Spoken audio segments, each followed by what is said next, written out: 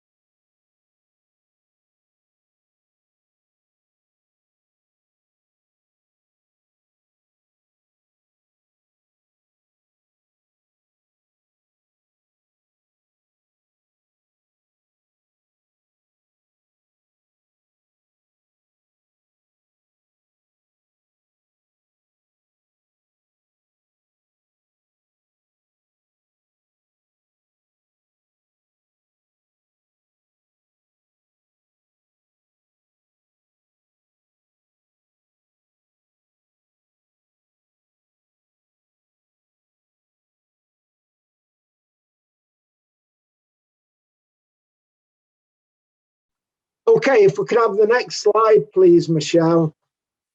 Excellent, thank you. Right, this is a chance to take stock and to think about the many things you'll need, or there may only be one, depending on the stage sheds are up to. But what do you need to help you reopen safely? Now, that could be obvious things like PPE. It might be better communication from Scottish Government. It might be SMSA producing materials to help you reopen. It might be better support from local health services or public health services. But yeah, I don't want to, a big stick 2 meters long. Yeah, that'll help getting people back. It might put some people off, but yeah, people still negotiating on finding a shed. So there aren't sheds to go to. John, Pentland's men's shed, government green light to return. Men's Shed Cymru, they've got PPE out to all sheds. Vaccines going to help. SMSA guidance coming from Eric at Cooter Men's Shed. Malcolm at Peebles, everyone to understand the rules and obey them. Folk ignoring the rules is why we're here. Frank at Selkirk, good weather, good support from members and generally talking it through. More space from Steve up in Black Isle. John at Wee County, ready to go for limited numbers. More PPE will be needed if we do open. Loosening of lockdown. Ian, end of lockdown, then PPE and rota to spread the load, and then compliance from members. So yeah, the theme here, PPE, guidance from Scottish Government, Scottish Men's Sheds Association producing materials to help with that. Hand gel stands and signs, sensory hand gel, clear definition of what is not allowed at each stage once reopening is possible. Set of rules we're happy to work through. PPE and sanitizers already there in many sheds. It's having the government backing and guidance from SMSA. So I think what we'll do now, thanks everyone for your contributions. At times, I thought I was going to be like reading out the football results and I was going to get tongue-tied on East 5-4, 4-for-5, but it was a very quick at some stages, which showed that folk were engaging with that. So thank you very much for all your contributions, everyone. So I think it's probably to pass on to Jason now, the main act. I was just a rubbish support. We'll pass you on to the headline act. You can never be rubbish, Tim. A star in the wings, as we say. Our Shed Development Officer running around the country, connecting all the dots in his effervescent style of Tim Green, the one and only. So thanks for that, Tim. Well handled, mate. That got a bit frantic there at times. You're quite right. It was a bit of a horse race, but thanks everybody for handling that chat so well and for getting those questions early in the morning. So we're going to go into the next section, which is the emergency funding. So I'm going to talk a bit about that. Some of the sheds, or most of the sheds, didn't get the £10,000 funding, unfortunately, which came out for business, although a lot did. And every shed obviously is in different situations when it comes to how much money they've got in the bank, as in pre-COVID. Some are in development, some haven't been in development, some have been running for 6 years. So a whole mixed bag. Anyway, 10 months on, here we are, sheds have been closed, and it just, talking to you guys pretty much in the shed network meetings with Tim, well, how do we pay the insurance, which is now coming up? We're almost a year on. How do we keep the heating on in the sheds? Yes, heard those questions. The Scottish Government put out a 10 million winter fuel support package, and on your behalf, we applied for that. Unfortunately, we didn't get the amount of money we wanted, but we did get some money. So this is good news, and we're thrilled that they've actually supported us through Christina McKelvey and supporting older people where this funding's come from, and the Winter Fund from the central government. What we did get was £30,000, and it really is emergency funding, guys. So this is for some of you who have less than £1,000 in the pot. You haven't been open, you haven't got your team money, you haven't been able to make and sell things. You've absolutely, on the straights. So those are the men I'm talking to. If your shed is in that situation, please apply. When I looked at the average costings of sheds, I worked out pretty much about £800 will cover your insurance. It will cover your winter costs for your electricity to keep your shed on. This is what we're talking about, absolute emergency funding. So hopefully when spring comes around, you've got all the basics covered. But what it's also going to do is put some peace of mind onto the trustees of the board that you can then say to your members, we're good. We've got some emergency funding from the Scottish Men's Shed Association. It's going into the bank, and we can pay our basic funds. Now, what we have received, we've had to date, we've had 11 sheds have applied. Some of those sheds have got, 10, 12, 18,000 pounds in the accounts. Well, why are you applying? I wouldn't say that you're in a desperate need for funding. However, what's come out of some of those conversations is that some of that money is ring-fenced. So for instance, if you've got 18,000 in the bank, but 17,500 has been ring-fenced from your funders for fixing the roof of your shed, essentially you've got 500 quid in the bank. Please apply. So if you have ring fencing, because we ask for various criteria from you, your bank balance, your constitution, what are you going to use the money for, things like that on the form, we have to feed that back to the government that this isn't just a lottery, quick, easy money. This is an emergency fund, because there are a lot of sheds out there that absolutely, guys, have no money in the bank.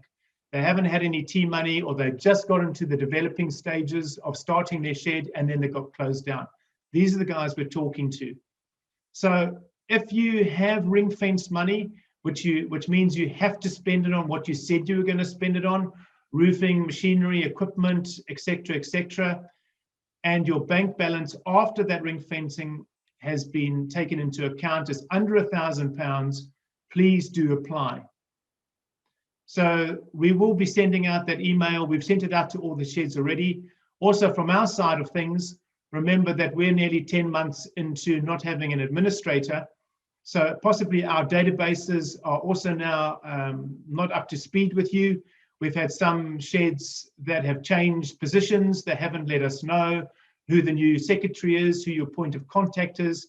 So please do keep us up to date with who our contact details should be in your shed if you have changed things around.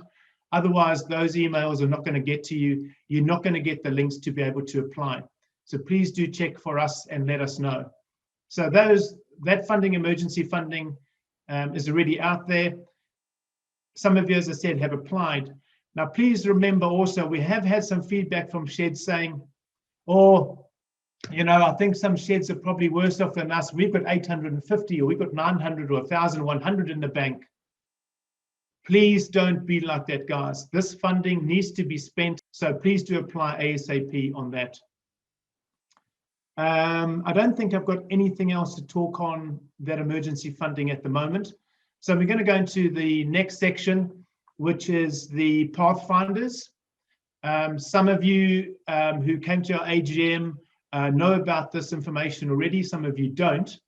So what this technology is, thanks to Tim telling me about it many, many months ago last year, I investigated it and thought, yes, this would be a good piece of kit for various reasons for getting guys to come back to the shed. We did hear from the Australians and the Irish that when the sheds were open, that some men, and actually a lot of men, were hesitant even to leave their houses still. And this is obviously pre this lockdown. And so shedders across the world were not flocking back to the sheds. Some guys got there really quick, but the majority were taking their time. So when this technology came out, we managed to get some funding from the Scottish Community Alliance, and that £7,500 bought us just over 100 units. It's high tech. They work out at £60 a piece, and we trial ran them with 10 sheds across Scotland pre-Christmas. We had a very good response from them, and we're going to see a short video of them coming up soon in use, which Dick Monaghan in the Moffat Men's Shed did to us many months ago. So you can actually see them in action. And actually, let's roll that now, Michelle, if we can, and then I'll talk on a bit more after that.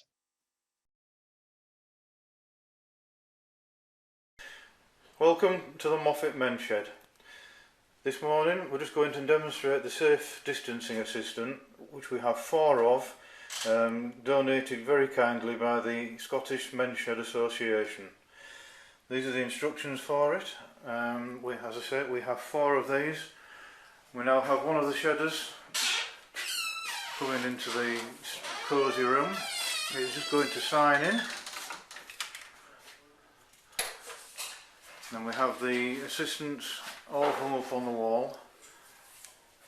This is Rob donning one of the safety assistants. At the moment it's silent. It is turned on. Now going out into the workshop where we do have another shedder already in here working away. Hopefully when Rob approaches him, you'll hear it beep. He's walked away again and it's stopped. Now if Rob carefully walks up to him again, you hear the beep, which is basically telling us that Rob is too close to Woody, which is at the moment set at 2 metres. So if he wants just to walk up to Woody again, you'll hear it. And he got the look, so he now needs to walk away back to a safe distance.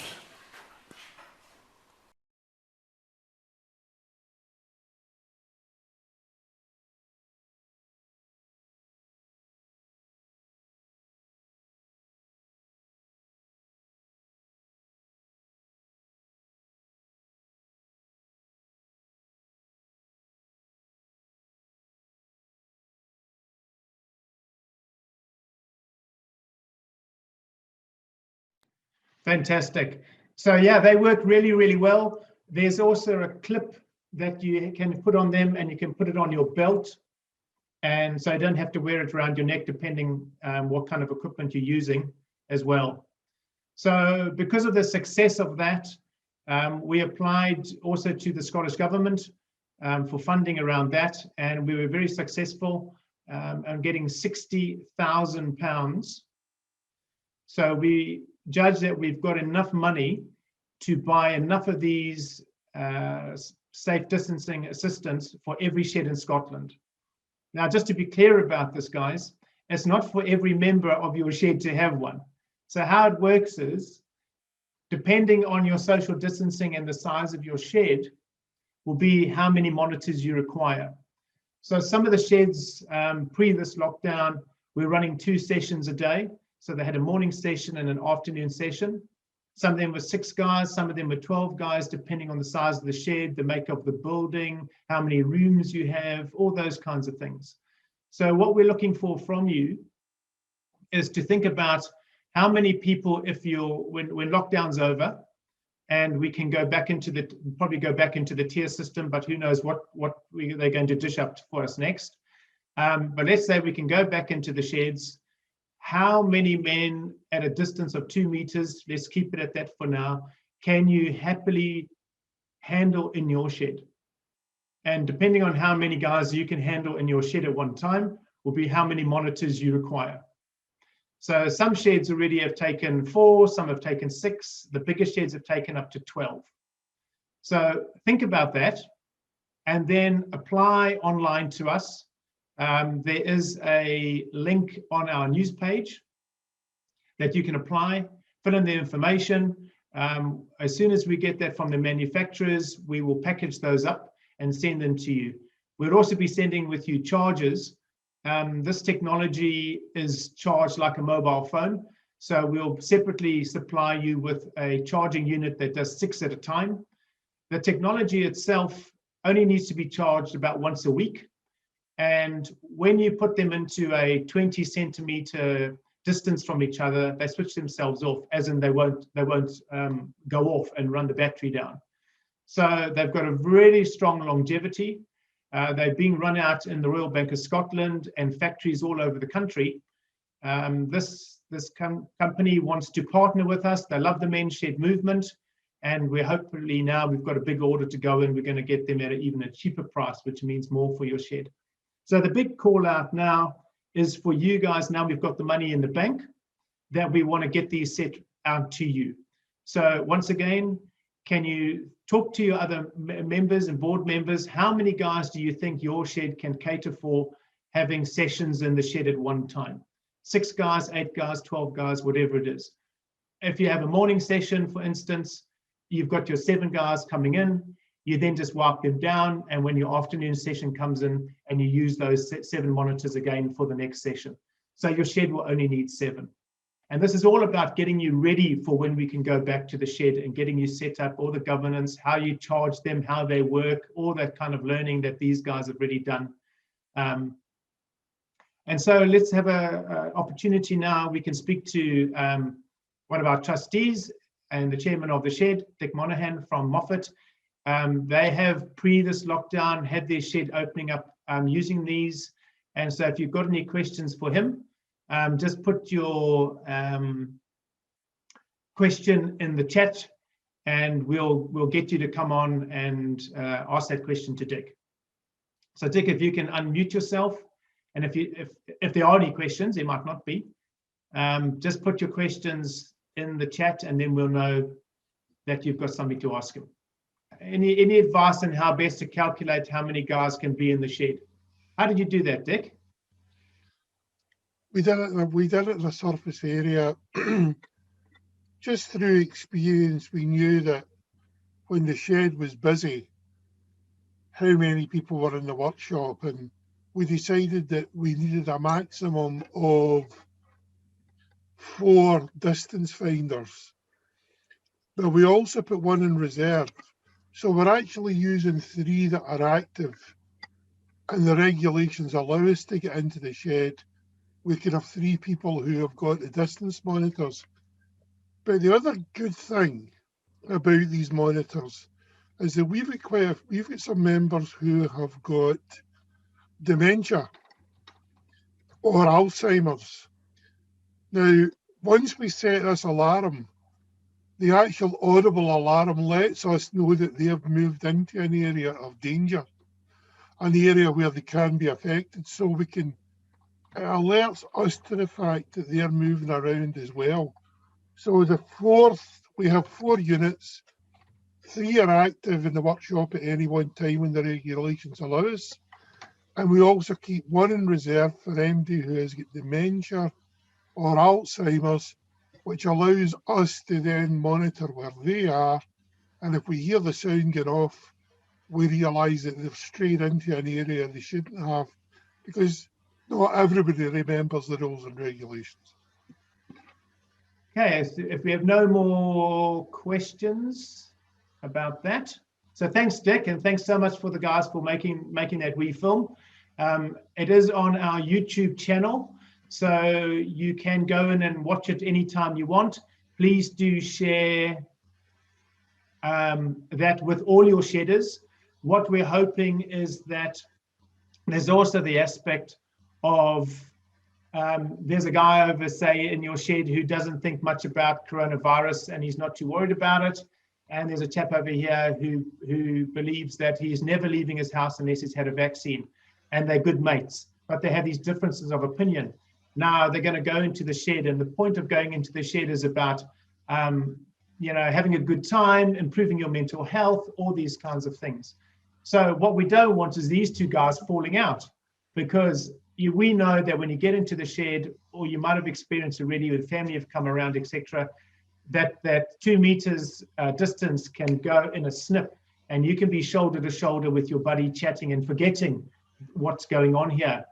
So what we're hoping is also, particularly for these guys who don't have Zoom in your shed, who are obviously even more isolated, that this is going to give them some comfort that they can possibly also come into the shed, maybe ahead of the guys who are on Zoom, who have some type of connectivity like we're doing today, because they will be a lot more socially isolated than anybody else.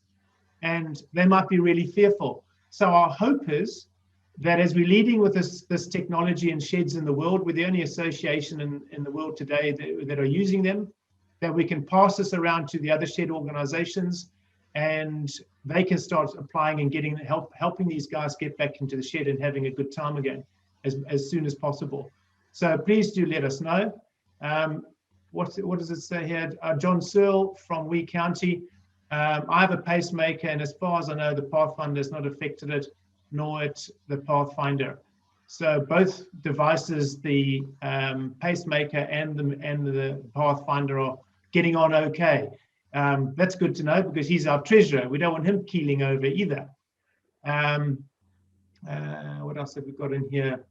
Does both devices sound when they come together? Yes, they do.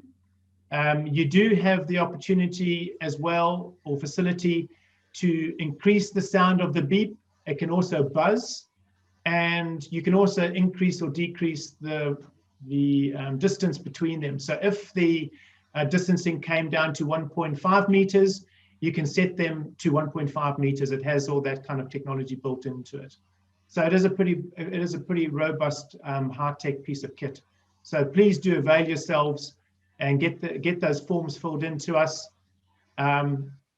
What you could also do, which is a more of a mechanistic system, is you could get a broom pole of 2 meters and walk around the shed and see who you touch. And that'll give you your 2-meter distance of how many guys you can get into the shed to answer that question. I suppose that's a basic way of doing it as well. What do we have here? We have a porta cabin. That's fine. So you really mustn't apply on here, guys. You need to apply, go onto our news page, and you'll find on our news page on our website, you can apply through there. But after today, we will be sending out links to all of you that you can apply as well with those links. So don't worry about that. What is the life expectancy given to the typical condition in the shed?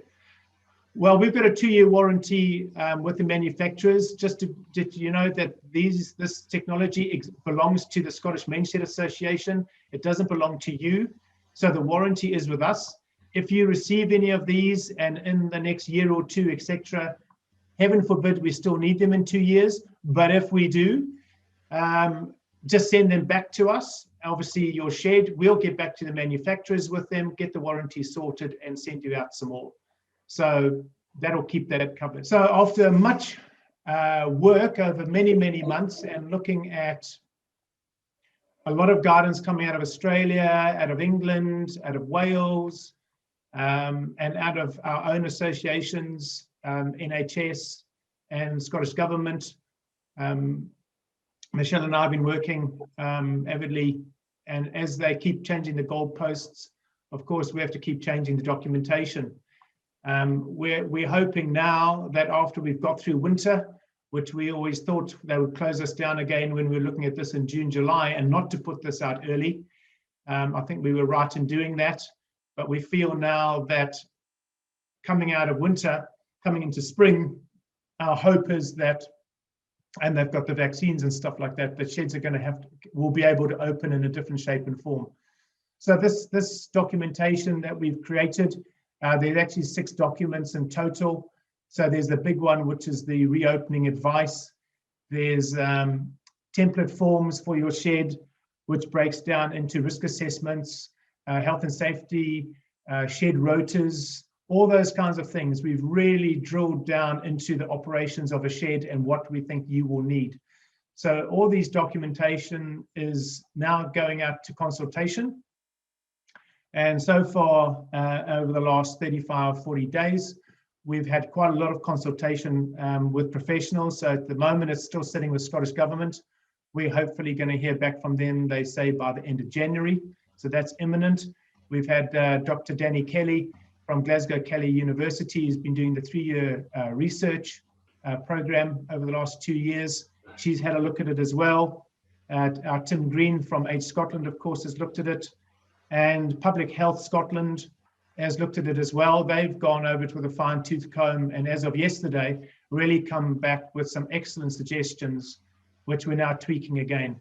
So we're going to wait for the Scottish Government to come back with their final, possibly final say on it. Whether they rubber stamp it or not, we don't know.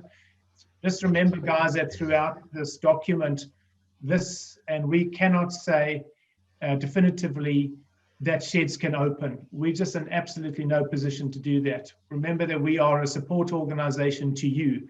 We are not an umbrella association on a top-down approach. We're a bottom-up. So it does fall on your shoulders whether you open your shed or not.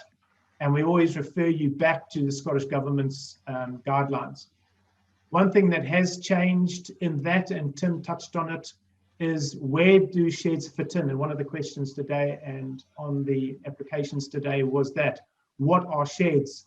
You know, we're many things, and the government I don't think really knows where to put us either. However, speaking to health and safety officers, etc., like that, we feel that sheds now fall into, as we start moving into health, that it does fall into a mental health aspect. So we could look at the positive side of that, which is more joy in your life, more socialization, all those kinds of good things which you get in sheds and why we go to sheds and why we love our sheds. And if you look at the other side of the coin of that from a health perspective, It's about your physical health, it's about your mental health, and it's possibly about your spiritual health as well. So we know that in the past, men have kind of shied away from the mental health side. There's still sometimes some stigma attached to that, where we've seen men going, oh, well, if I go to a men's shed, then I've got a mental health problem, and I don't want to be seen like that, so I'm not going to go. So that is one thing that I think is in our favor, let's say, if there is anything in favor about COVID, is that everybody in the world has now faced isolation and loneliness in some shape and form. And so to me, the stigma around mental health and isolation and loneliness is absolutely blown out the water. Everybody knows what it's like and what it is. And so when we looked into this again of, well, a shed isn't a house, and it's not a community center, and it's not a pub, and it's not this, and it's not that, but it is something. And it kind of incorporates all those things. And we found on the Scottish Government's website a section to do with organizations that support people with mental health. And for this area of where we are in the world, I think sheds fit into that 100%.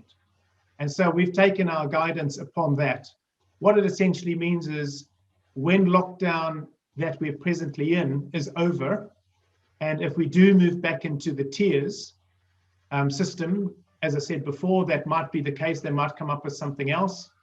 We feel that sheds can open because the mental health and social isolation that people, particularly men who have no Zoom digital connectivity, have suffered for so long. And the impact on that is actually going to affect us for generations, let alone the impact on the economy. So we, in our guidance, are saying that the sheds fit under a mental health support focus.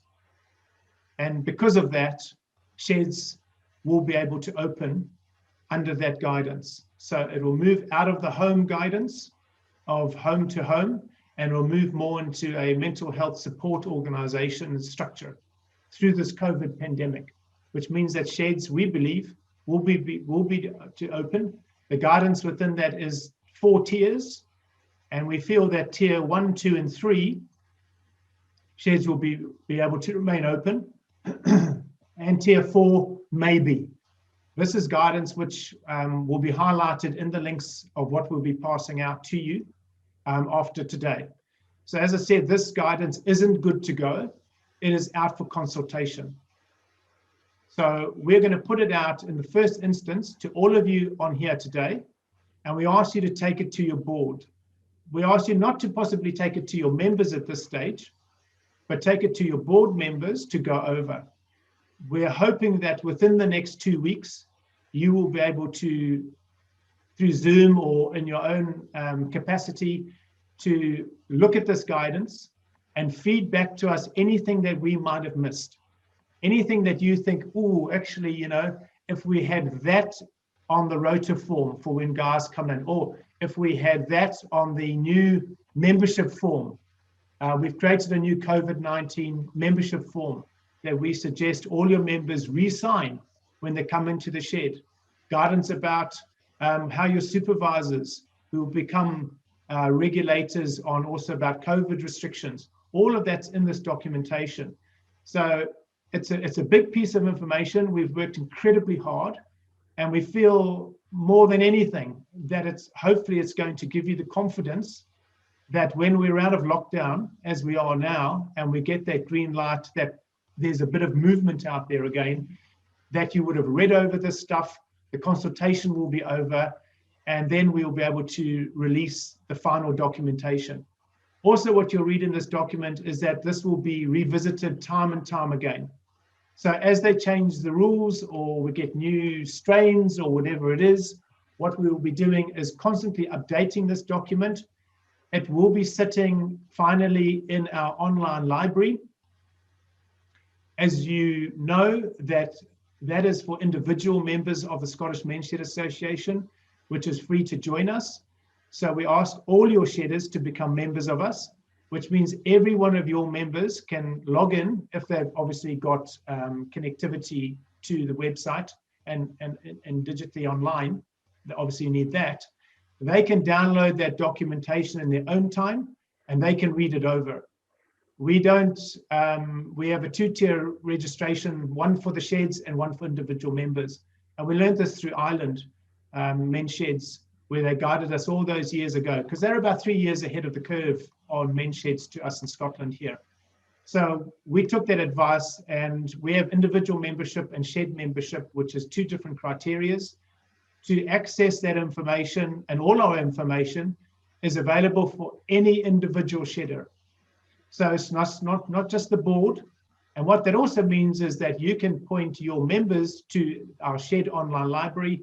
It takes the pressure off the secretary in the shed, where every shedder can go in and read the documentation, they can read the constitutions, they can read all this guidance, because effectively right now, this affects every man's life of whether he chooses to go back to the shed or not.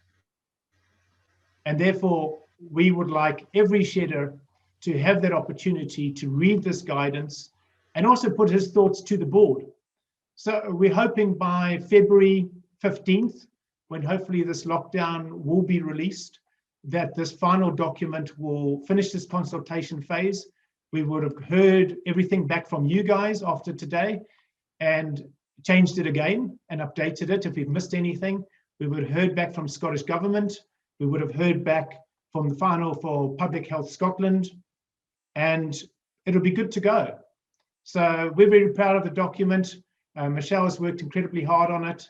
The design on it as well, all the different levels, the 6 different documents that we will give out to you guys. We feel as shedders ourselves, this is what you're going to need to open your shed safely, and your members will feel confident. By that point, you should have received all you would have applied for your Pathfinder equipment, and you'll have those waiting in the wings to set up. So this is a really fantastic time to get all this governance and all this kind of back-end stuff ready for you to go when the green light goes on and we can get back into the sheds. So I welcome you to look at that documentation. You'll see in the chat column right now, or a little bit further back during the break, Michelle did put up the 2 links. So scroll back up. You can link into the emergency funding through that link if you fit into that criteria. And also you can apply for the Pathfinder technology. That link is also there in the chat. It's going to be on our news page on the website, and we will be emailing it out to you as well. We want everybody to get this ASAP, and we want your response ASAP, so we can get this thing finished and done and dusted and get those shed doors open when it's safe to do so, as effectively as possible. So in the next 90 days, there's quite a lot of stuff to do still in the background. So if you're bored sitting at home, this will be hopefully the last push for you to get that up to date, and then speak to your boards to see, is your shed ready to open when we get that green light to go ahead. I don't think I've got anything more to say on that right now. I'm excited that finally, nearly a year on, that documentation, which is fit for Scotland and fits into the legislation and laws of Scotland as far as we know. Also remember that it's guidance, it's not definitive. We cannot give you the green light as the association to say, open your doors. You are all individuals, you're all mostly all charities, and you all govern your own ship. But we are here to support you and have these conversations to the best of our ability. And it is to our best of our ability, guys. Like you, we're not professionals. As a national body, we have gone out to these other associations and we've asked for them to guide us as best they can. And I just feel that that's obviously the very best we can possibly do in these circumstances. But please do remember that it does fall on your shoulders and your members, whether you want to open or not, in what shape and form. So the reopening advice document, again, will be out with you after this today. And we look forward to replying to me. And we will go over it and take everything you say into account and retweak it again. So I appreciate taking the time and going over it and giving us that feedback. So now we're going to move into the last section of today, which is questions. Let me just check whether Danny Kelly, who's on the call, replied to me or not. Hello, I'm here. Yes, there she is. Fantastic. Some of you don't know lovely Danny Kelly is the Glasgow Caledonia researcher who's doing the research on sustainability of men's sheds. She's about 2 years in, just over that, and is the proud mom of our youngest member of a Scottish men's member. And he's not squawking or shouting in the background, so obviously she's done the wonder mom thing, and he's quiet for now. For now. So, Danny, Happy New Year. Happy New Year to everyone. Hope you're all doing well. And hopefully you can give us a little update on exactly where's the situation with the guidance. Yeah, so I mean, in terms of our project, there's obviously been delays because of COVID. We haven't been able to get back into the university. We haven't been able to come and visit the sheds, which I've missed. Yeah, so everything's just a little bit behind, but at the moment what we're doing is all the data that we collected over the past few years from all the sheds that we've been visiting, we're currently just writing it all up at the moment. So going back on what Jason was saying about you know, looking at the kind of health aspects of sheds, so mental health, physical health, social well-being, all the things that kind of sheds do. You know, I know that sheds aren't necessarily a health service, they're not a formal health service, but you kind of do a lot of things in non-obvious ways, and you help people kind of subconsciously as well in many ways without even realizing. So I think I agree that it's important to kind of stick with that kind of health side of things in terms of getting support to get you guys back open. So I was just thinking about, you know, even if your shed, you don't necessarily recognize, you know, the health benefits or anything like that, I think it's a good kind of almost like tactical move to get you guys open as soon as possible, to get the support of the kind of mental health side of things, and you know, branding yourselves under a kind of health brand kind of thing. So yeah, but at the moment, yeah, as I say, we're just writing everything up at the moment. We're hoping to go ahead. I don't know if you I've mentioned before about the we're producing a shed toolkit, which is basically going to be a kind of one-stop shop for all things to do with sheds. So a toolkit that basically helps sheds to open and develop, but also helps established sheds to overcome sustainability challenges that they might face. So obviously the SMSA website has got loads of really useful resources. So we're kind of taking information from that, taking information from all of the shedders that we've spoken to. But at the moment, the big question is, how does this fit with the reopening of sheds and COVID? So we have a big team meeting about this next week. So hopefully I'll have some more news about the toolkit coming out as soon as possible. But that's about it at the moment. We're just writing, trying to get you guys more evidence. A few more papers coming out very soon, but I'll get them circulated through Jason. So yeah. Yes. Are you missing us? I am. I'm really missing visiting the sheds and coming and have a cup of tea and all the home baking. I'm missing all the apple pies and gingerbreads, and yeah. It's a tough life for you researchers. Yes, we're very excited. I mean, it's been many years in the making and talking about getting a toolkit rolled out for the sheds and drilling down into all that. You know, one of the things about toolkits in a way is once you've made them, they're already out of date. But now the association, you know, 6-7 years on, I think we kind of got a handle on what sheds are doing, not only with how to start sheds, which was the first sort of 3-4 years of our work, but now on keeping sheds sustainable and keeping them open. So the toolkit, I'm glad in a way we haven't produced that, which we were tempted to do in the early days, because now we can actually, we've got the wisdom, let's say, or hopefully we have the wisdom of the time of the years have gone by, where it will be more well-rounded, let's say, in the guidance. So sheds staying open, and of course we've got sheds opening all the time still in Scotland. I think we've got another probably 4 years of the movement doubling and tripling its numbers of sheds across Scotland still. So we're supporting a lot of sheds still in the development phases. And then of course we've got our sheds that are 6-7 years old, and sustainability issues. We've gone into mediating now for sheds, which Danny and I have done a couple of times when there's been some meltdowns in the sheds between members and board members and things like that. But that's all normal in community development and group development. And I'm just really glad that we've had that capacity to support those sheds in those years. We have come up against those tough questions from their members and the boards and things like that. And so we as an association, we're constantly developing as well as the movement develops. And I think this toolkit now is possibly a timelessly one to do a stab at the first one.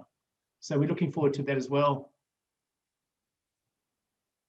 Okay, so are there any other questions? So thanks for that, Danny. Thanks for popping on and making the time. I know being a busy mom to our youngest shed member is very important to keep them happy at all times. If you have any questions out there, pop them into the chat now.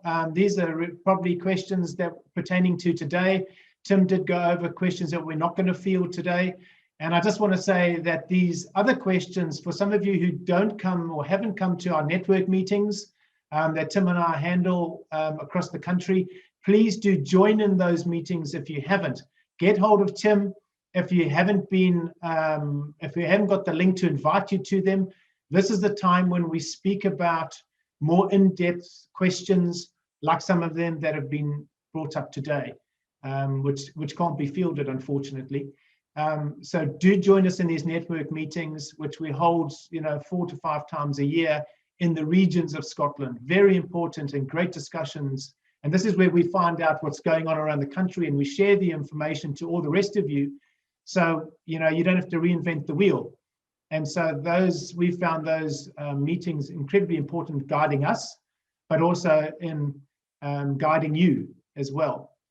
So we're going to open the floor now. Any questions, pop them in the chat. Tim Green, myself, the board, Danny out there who can possibly answer these questions. We'll take the floor and give you the $1 million golden egg answer that you have just been waiting for in 2021.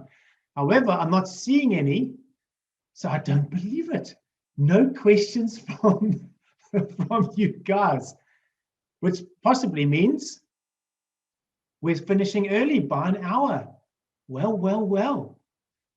So I'm just going to sit back here, because when we say goodbye, all of a sudden then the grey matter wakes up and the questions come flying in. And here they come in. Do we in Pennycook need to make another application for a Pathfinder? No, you don't. We've got your application. Thank you, Jim Mellon.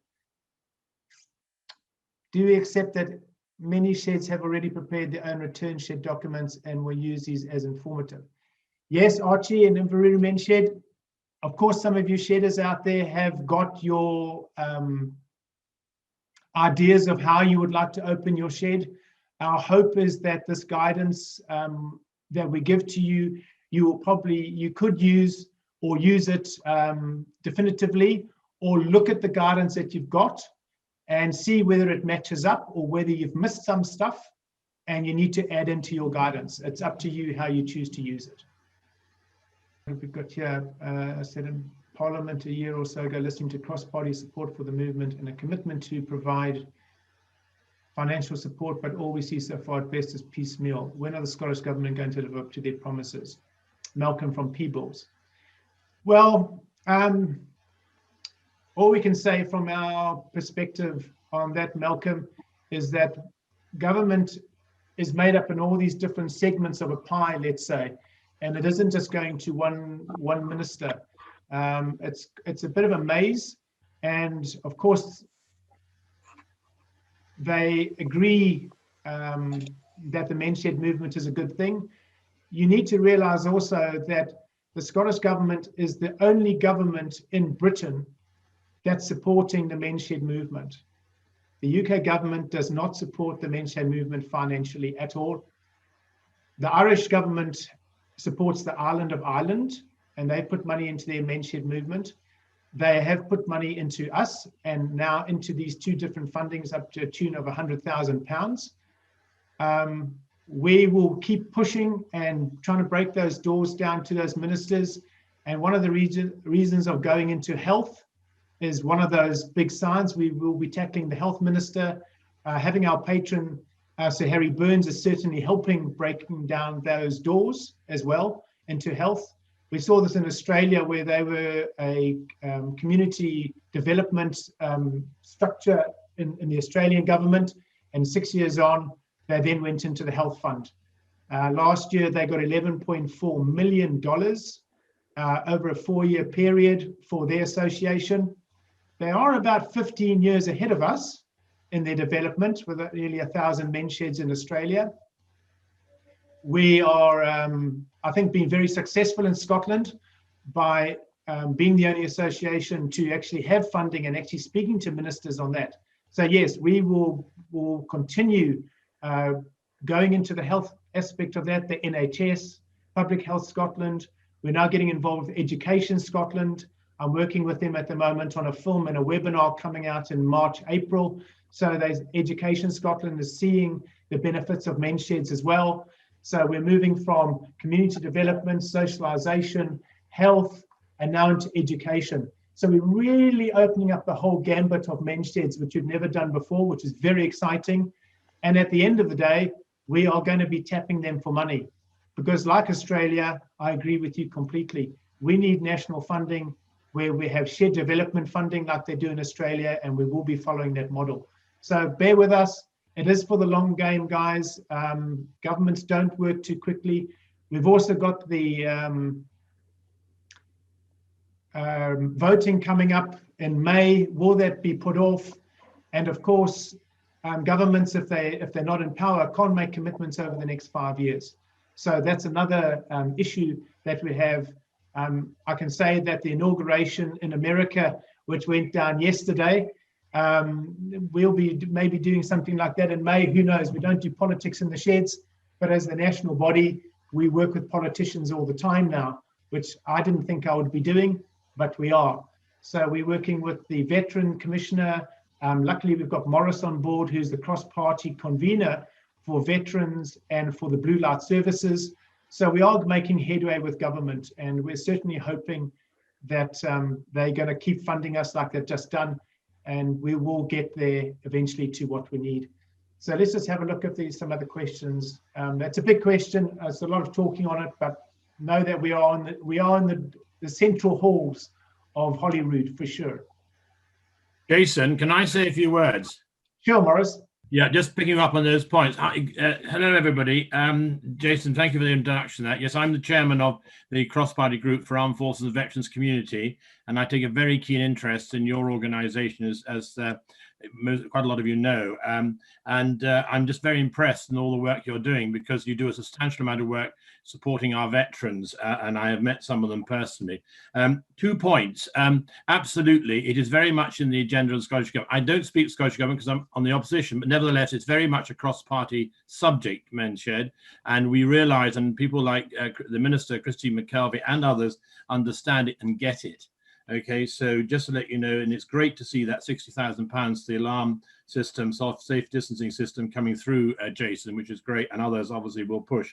I've just instructed my team this morning to write a members' motion on men's shed. I'm trying to bring that to Parliament before we close this session of Parliament. So watch and wait on that, and I'll let you know how we get on with that. Can I also invite you, Jason, to, as an organisation, prepare a manifesto paper, because at the moment we're going to the polls on the 6th of May.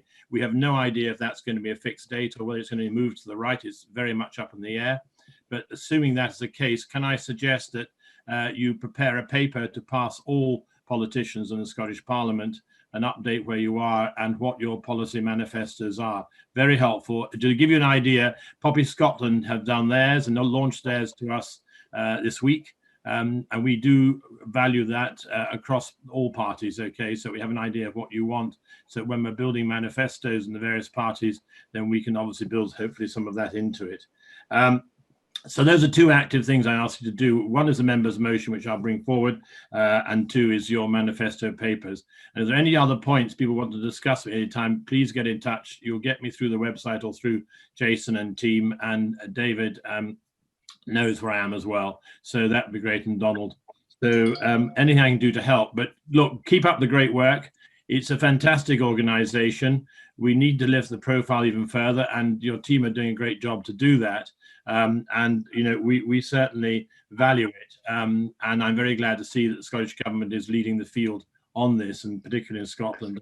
Now we've linked the Veterans Commissioner in with you as well, and obviously a cross-party group for us, for the Armed Forces and Veterans community. Just to give a little insight into that, we're increasing that to people who've been members of the Merchant Navy, so they're going to be encompassed as veterans, along with obviously the Blue Light Services too. So things are really moving, and we had one of our cross-party groups last Tuesday night, and it was one of the biggest turnouts, nearly 65, I think 65 people turned up, and that's 65 organizations. So you can see how valuable it is. As I say, I'll keep chapping the door of ministers and cabinet secretaries and people like Aileen Campbell, who's the cabinet secretary for the communities, as well as Christine McCarthy, Minister for Older People, to make sure we get some support. We do get there, and I know it's hard work sometimes, and Jason only knows that too well, that we will push it, and I'm glad to see that Scotland's leading the field in that. So thank you very much indeed, and I've enjoyed this morning.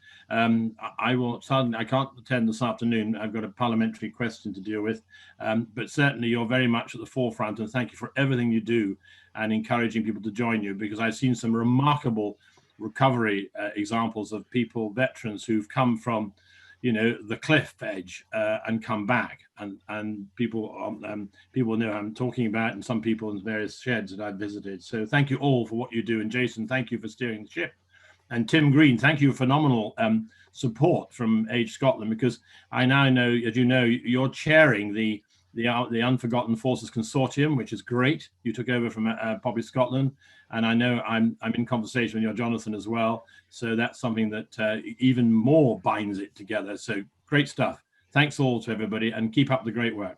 Thanks, Jason. Thanks, Morris, for that piece. Fantastic to have our MSPs on here. They are obviously doing that work in the background for us and opening those doors and speaking to those ministers as well for us, which is invaluable. One thing for me, being a veteran as well, of course, very close to my heart, that like the very first men's shed in Australia is a veterans men's shed for veterans only, that we incorporate our veterans to become citizens again. And I can find no better model than them coming to a men's shed and then meeting their local community and becoming citizens again. So that's a big flag that I'm flying to get our veterans into the sheds as much as possible.